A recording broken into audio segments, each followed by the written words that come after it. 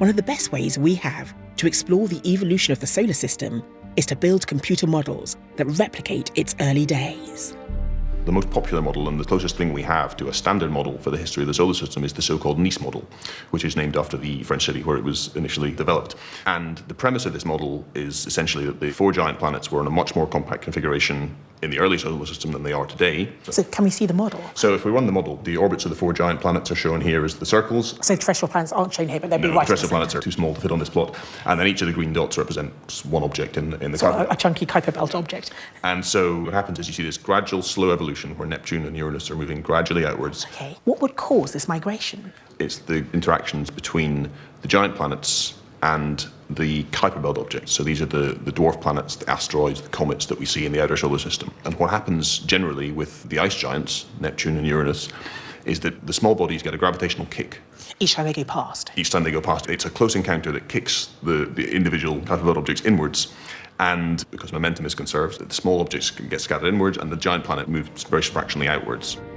In this first stage of solar system evolution, the giant planets' migration was too slow to get them to where they are today.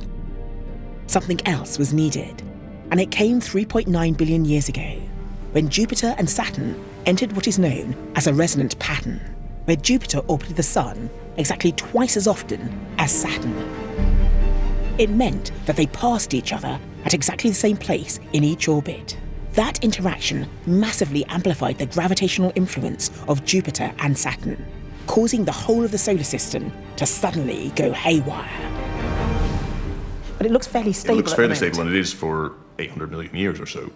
But then this resonant crossing event happens, and so this is where Saturn crosses this special location relative to Jupiter. It's a very strong gravitational interaction, and the whole system expands very rapidly. So it goes eccentric? It goes eccentric, and that causes the outer planets to move outwards very rapidly as well. And you scatter a lot of the Kuiper belt objects. A lot of them get flung out of the system, a lot of them get scattered in towards the inner solar system, collide with the Sun, collide with the inner planets.